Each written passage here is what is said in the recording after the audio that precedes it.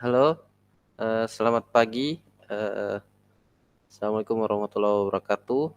Mudah-mudahan semuanya dalam kondisi sehat. Kita akan melanjutkan pertemuan hari ini, pertemuan keempat, analisis kompleks. Baik.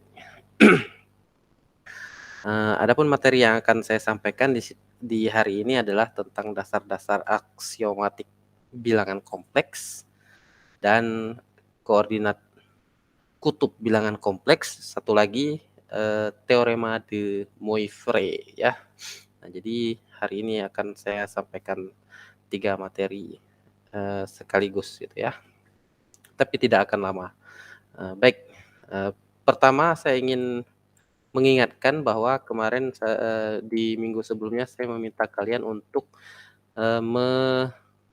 mencoba gitu ya, mencoba membuktikan sifat-sifat nilai mutlak ini. Nah, mudah-mudahan kalian sudah mencobanya dan hasilnya bisa di-share kepada teman-teman yang lain, bisa melalui grup silahkan atau bisa juga melalui video seperti yang YouTube kemarin ya. Oke, ini saya cuman mengingatkan saja terkait dengan apa yang disampaikan minggu kemarin.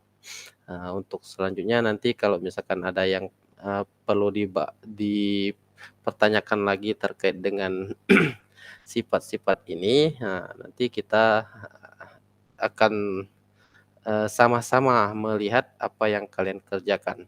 Oke, baik, itu saja mungkin untuk mengulang materi yang sebelumnya, karena pada hari ini kita akan mulai dengan materi dasar-dasar aksiomatik bilangan kompleks gitu ya. Nah, untuk dasar-dasar aksiomatik bilangan kompleks ini modelnya sama dengan bilangan real gitu ya.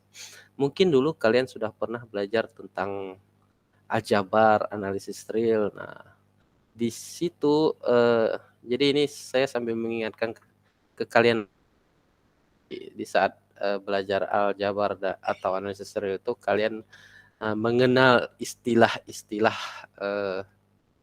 yang diungkapkan di dalam materi aljabar atau analisis real itu ya.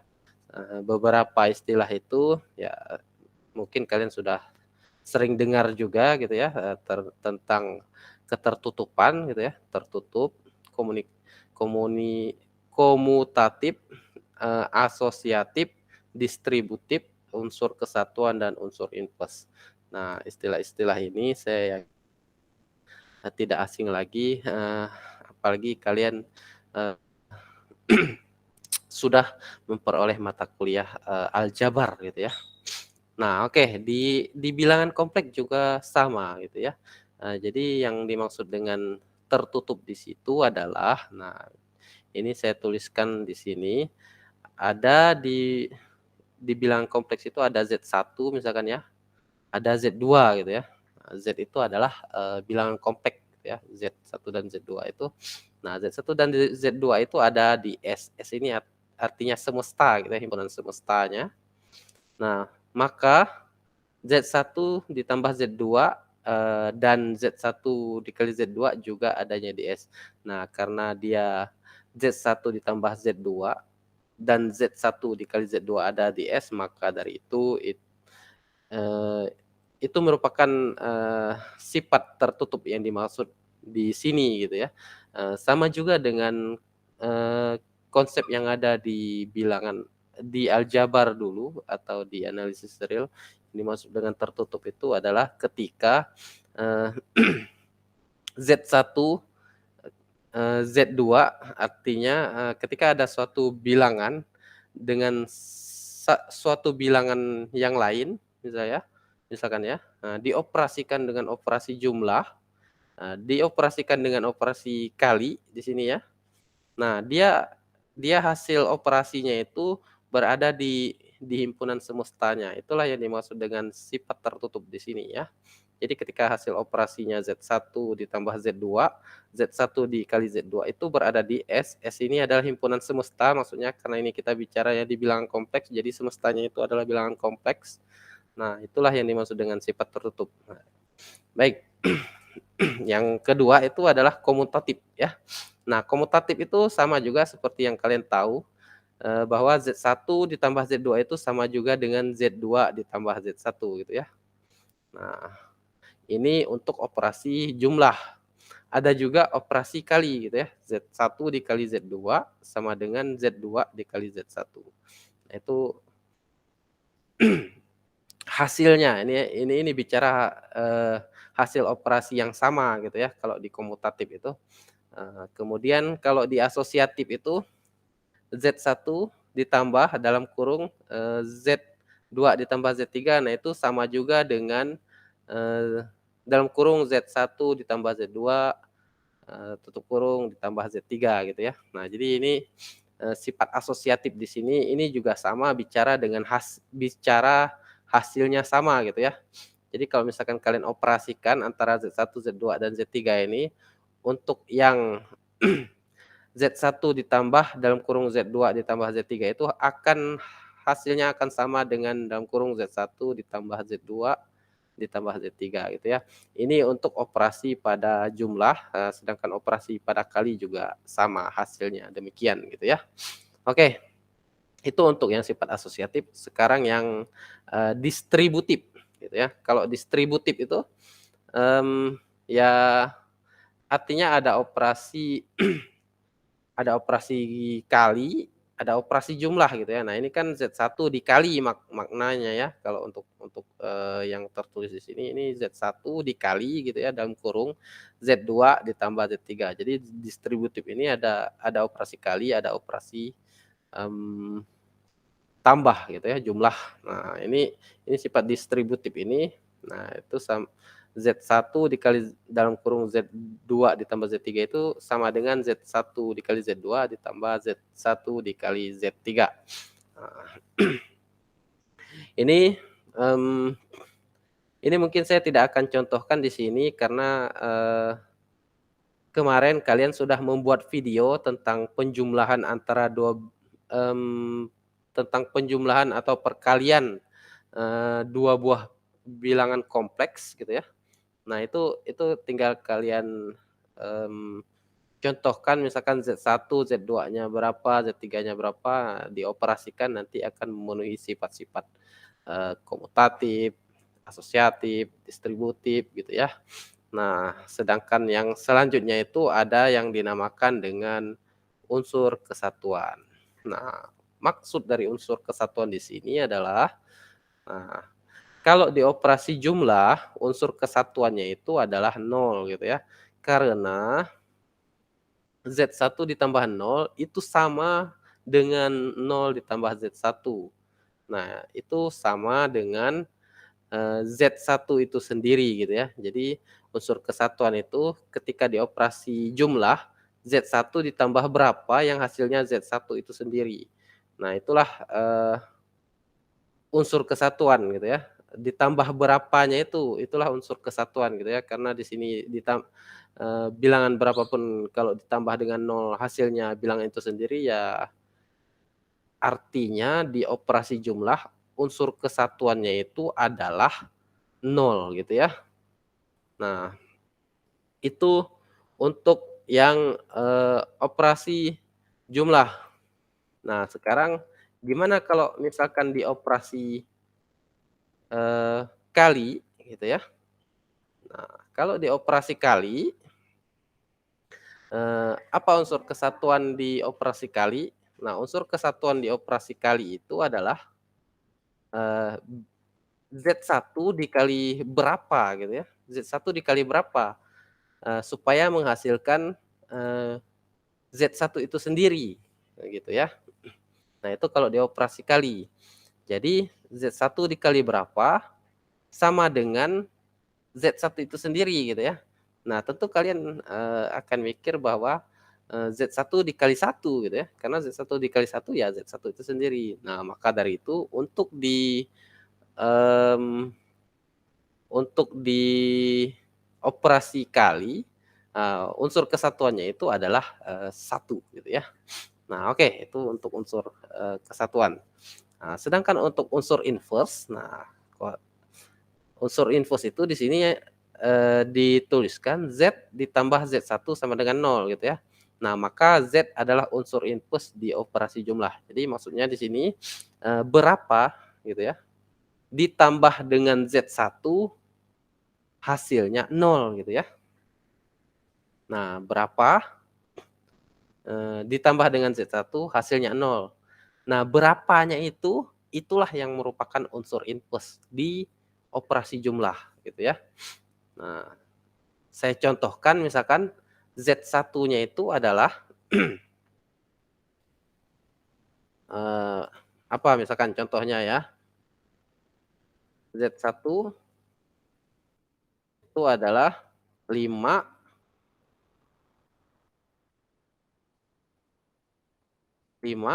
ditambah 2i gitu ya. Nah, berarti unsur input-nya itu, berapa gitu ya, berapa ditambah dengan, Z1 yang hasilnya 0 gitu ya. Nah, saya yakin ini kalian tahu berapa ditambah dengan 5, eee, plus 2i gitu ya, hasilnya sama dengan 0. Nah, ini saya tulis dulu ya, berapa ditambah dengan 5 plus 2i sama dengan, nah itu hasilnya 0. Nah, yang kita cari itu adalah berapanya gitu ya. Nah, berapa ini saya tandain dulu berapanya di sini dengan merah. Nah, itu artinya merah itu adalah, berapa angkanya gitu ya. Nah, berapa kira-kira? Nah, ini adalah ya negatif 5 Z. Nah, berapa ya? Z itu berapa? Z yang dimaksud di sini itu adalah inverse-nya. Nah, berapanya itu adalah, mmm, negatif 5 dikurang 2i gitu ya.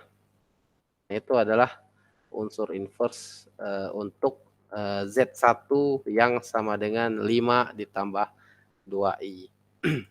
Nah, mudah-mudahan ini masih ingat, karena ini, belajar terkait dengan, materi aljabar dulu ya. Nah, ini sebagai contoh untuk, unsur inverse, yang ada di, operasi jumlah. Nah, sedangkan yang kali, nah kalau yang kali juga sama modelnya berarti Z dikali Z1 sama dengan 1 gitu ya, bukan 0 ya, tapi 1. Berapa dikali dengan Z1 itu hasilnya sama dengan 1 gitu ya. Nah, jadi modelnya, juga sama seperti yang ada di bilangan real gitu ya. Berapa dikali Z1, yang hasilnya sama dengan 1. Misalkan saya ambil contoh gitu ya, kalau misalkan di bilangan real itu 5 misalkan bilangannya, berarti berapa dikali 5 sama dengan 1, ya berarti berapanya itu adalah 1/5 gitu ya, karena 1/5 dikali dengan, 5 itu hasilnya adalah 1. Oke, mungkin itu penjelasan tentang dasar-dasar aksiomatik bilangan kompleks. Sekarang saya lanjutkan untuk yang berikutnya, yaitu adalah bentuk kutub, bilangan kompleks. Nah, di sini kalau bentuk kutub saya juga, eee, yakin kalian kalian pernah belajar tentang bentuk kutub ini. Nah, yang pasti ketika kalian dulu pernah belajar, koordinat kartesius, ada juga yang namanya koordinat kutub gitu ya. Koordinat kutub itu, ini bisa dimulai dari, koordinat kartesius gitu ya. Kalau koordinat kartesius itu kan ada X, ada Y-nya gitu ya. Nah, kalau di koordinat kutub ini ada R, ada theta gitu ya. Nah, ini ilustrasinya, ada R ini adalah, ini kalian bisa lihat di sini R ini adalah, nah ini ada segitiga, segitiga itu R itu adalah sisi miring dari segitiga itu ya. Kalau alasnya itu adalah X, kalau Y-nya itu adalah, tingginya, R itu adalah sisi miring dan itu, segitiga siku-siku maksudnya di situ ya. Dan sedangkan theta di sini, nah ini nih kalian bisa lihat tetanya itu apa sih yang dimaksud dengan theta gitu ya. Jadi theta itu, ini X-nya, dimulai dari mana, terus, berapa derajat ke atas sampai dengan, setinggi Y itu gitu ya. Nah itu adalah tetanya. Oke. Jadi di sini, perbedaan antara, koordinat kutub dan koordinat kartesius itu adalah kalau koordinat kartesius itu X dalam bentuk X dan Y, kalau koordinat kutub itu dalam bentuk R dan theta gitu ya. Jadi R itu adalah, eee, tadi kita bisa lihat di sini, sisi miring segitiga di mana alasnya itu adalah X dan tingginya itu adalah Y gitu ya. Nah sedangkan theta itu adalah, sudut, dari mulai, eee, itu gitu ya, kemudian, sebesar, sepanjang, setinggi Y gitu ya. Nah itu adalah tetanya. Jadi kalau kita buat di sini ke dalam bentuk koordinat kutub, X itu adalah R cos theta gitu ya, ini ya, ini X ya, ini X itu artinya R cos theta, sedangkan Y itu adalah R sin theta gitu ya. Sin theta itu kan, depan miring gitu ya. Nah sehingga, eee, kalau di bilangan kompleks Z sama dengan X ditambah Y, nah itu kita buat ke dalam bentuk kutub bilangan kompleks itu akan menjadi R cos theta plus I sin theta gitu ya. R cos theta ditambah I sin theta. R itu karena di sini sama-sama R makanya R-nya keluar dalam kurung ini ya. Ada cos theta, nah ada I sin theta. I ini asalnya dari sini. Y asalnya dari yang atas ini ya. Y sama dengan R sin theta. Oke, mungkin itu terkait dengan, bentuk kutub, bilangan kompleks gitu ya. Nah, selanjutnya, nah ini teorema de Moivre gitu ya. Nah, teorema de Moivre ini ada kaitannya dengan bentuk kutub bilangan kompleks tadi gitu ya. Nah, ini teorema de Moivre ini teoremanya ya Z pangkat N ini ya. Nah, tapi kita mulai dengan Z1 dan Z2 dulu gitu ya. Nah, ketika Z1 dikali Z2, nah itu sama juga dengan R1 dikali R2 dalam kurung cos theta 1 ditambah theta 2 ditambah I sin theta 1 ditambah theta 2 gitu ya. Nah, itu adalah, Z1 dikali Z2 kalau dalam bentuk, mmm, kutub ya. Nah, kalau Z1 dikali Z2 dalam bentuk, X dan Y, nah kalian sudah belajar kemarin yang kalian videokan itu, ya. Nah, kalau dalam bentuk kutub, nah inilah modelnya Z1 dikali Z2 sama dengan R1 dikali R2 dalam kurung cos theta 1 ditambah theta 2 ditambah I sin theta 1 ditambah theta 2 gitu ya. Nah, oke, saya akan lanjutkan untuk, contoh menjabarkan dari Z1 dikali Z2 ini berdasarkan, bentuk kutub bilangan kompleks gitu ya. Nah, di sini Z1 kan diketahui dan Z2-nya juga diketahui. Z1, nah X1 ditambah Y1, nah itu sama juga dengan R1 cos theta 1 I sin theta 1 gitu ya. Z2-nya itu, nah ini semua indeksnya 2 gitu ya. Nah, itu menandakan X2 di sini berbeda dengan X1, Y2 berbeda dengan Y1, R-nya pun berbeda, besar sudutnya pun juga berbeda gitu ya. Nah, ini untuk mengingatkan kalian, kalau operasi pada perkalian dua buah bilangan kompleks ini ya, ini maksudnya supaya nanti kita akan pakai gitu ya, yang warna biru itu. Perkalian dua buah bilangan kompleks. Oke. Di sini Z1 dikali Z2 gitu ya. Nah, ini tinggal kita kalikan gitu ya. Nah, karena Z1 dikali Z2, R1 dikali R2 ini ya, dalam kurung. Nah, cos theta 1 ditambah theta 2. Nah, inilah yang akan kita buktikan gitu ya, yang warna merah ini. Nah, ini Z1 dikali Z2 sama dengan R1 dikali R2 cos dalam kurung theta 1 ditambah theta 2 ditambah I sin dalam kurung theta 1 ditambah theta 2. Itulah yang akan dibuktikan menggunakan Z1 dan Z2 yang di atas ini. Oke, kita jabarkan pelan-pelan ya. Z1 dikali Z2. Z1 itu adalah R1 cos theta 1 ditambah I sin theta 1 dikali dengan Z2. Z2 itu adalah R2 cos theta 2 ditambah I sin theta 2 gitu ya. R1 dikali R2. R1 dikali R2 gitu ya. Tetap. Nah, sekarang kita kalikan gitu ya. Cos theta 1 ditambah I sin theta 1 dikali cos theta 2 ditambah I sin theta 2. Kita kalikan gitu ya. Nah, ini kan adalah bilangan kompleks gitu ya. Karena ada I, di sini juga ada I. Nah, maka itu di sini saya tadi catatkan dengan ingatan untuk yang warna biru ini. Kita langsung gunakan saja gitu ya karena sudah ada. Nah, jadi ketika itu dikalikan, nah hasilnya adalah cos theta 1 dikali cos theta 2 dikurang sin theta 1 dikali sin theta 2 ya.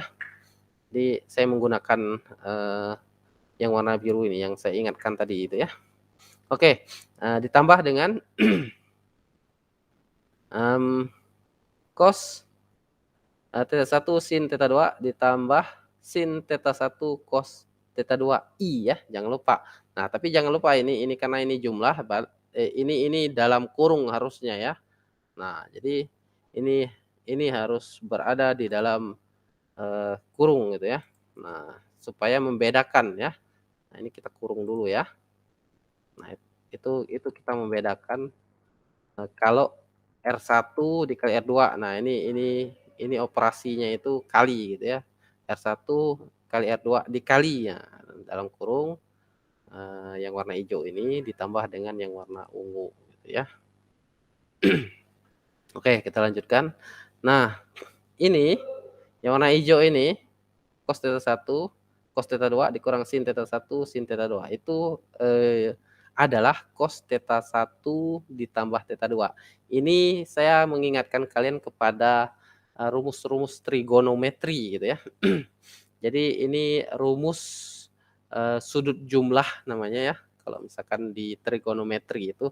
Jadi kalau cos A ditambah B itu adalah cos A cos B dikurang sin A sin B gitu ya. Nah, kalian bisa searching rumus-rumus rumus-rumus trigonometri ya. Nah, jadi bisa dicari itu. Yang warna hijau ini, nah ini pasangannya yang warna hijau cos theta 1 ditambah theta 2. Sedangkan yang warna ungu ini, nah ini juga sama, ini adalah rumus-rumus trigonometri. Ini sin cos sin gitu ya. Sin A cos B ditambah cos A sin B. Nah, itu sama juga dengan sin A ditambah B. Nah, jadi karena di sini menggunakan theta 1 dan theta 2, nah ini yang warna ungu ini sama itu ya maksudnya dengan sin theta 1 ditambah theta 2. Nah, itu menggunakan rumus-rumus trigonometri seperti yang kalian sudah pelajari di mata kuliah trigonometri dulu. Itu sama, masih dipakai juga di sini gitu ya. Nah, jadi ini sudah sama ya dengan yang warna merah di atas ya, yang paling atas ini sudah sama. Nah, artinya Z1 dikali Z2 ketika dalam bentuk kutub, nah akan menghasilkan R1 dikali R2 kurung cos theta 1 tambah theta 2 tambah I sin theta 1 tambah theta 2 gitu ya. Nah, oleh karena itu karena Z1 dikali Z2 gitu ya. Jadi kalau misalkan Zn, N ini kan Z pangkat N gitu ya. Nah, itu kan artinya Z kali Z kali Z kali Z sebanyak N gitu Z-nya ya. Nah, itu sama juga dengan R pangkat N gitu ya. Nah, ini menyesuaikan dari rumus yang tadi dibuktikan itu. Dalam kurung cos N theta ditambah I sin N theta gitu ya. Nah, itu berangkatnya, dari, Z1 ditambah Z2 yang warna merah ini gitu ya. Nah inilah, penjabaran, teorema de Moivre ya. Nah untuk yang kedua, yang selanjutnya itu adalah yang pembagiannya. Nah tapi di sini, saya meminta kalian untuk, menjabarkan gimana kalau misalkan Z1, dibagi dengan Z2 sehingga menghasilkan R1 dibagi R2 cos θ1 dikurang θ2 ditambah I sin θ1 dikurang θ2. Nah, jadi itu modelnya itu model, membuktikan gitu ya, menunjukkan itu sama dengan yang, eee, operasi kali tadi. Nah, ini adalah operasi, kali dengan bagi pada, bilangan kompleks dalam bentuk, kutub gitu ya, bentuk polarnya ya. Nah inilah, materi, kita hari ini, mudah-mudahan ya. Nah terima kasih atas perhatiannya, dan silakan dipelajari lebih lanjut gitu ya. Yang pasti kalian saya sarankan untuk mencoba, menunjukkan, operasi-operasi, seperti yang saya sampaikan di sini yaitu Z1 dibagi Z2 kalau dalam bentuk kutubnya itu seperti apa. Silahkan dicoba ya karena, kalau kalian tidak mencoba ya tidak tidak apa ya, belum dapat gitu ya informasinya. Ya mungkin itu saran yang bisa saya sampaikan ke kalian. Terima kasih atas perhatiannya, akhir kata saya ucapkan, selamat sore dan assalamualaikum warahmatullahi wabarakatuh.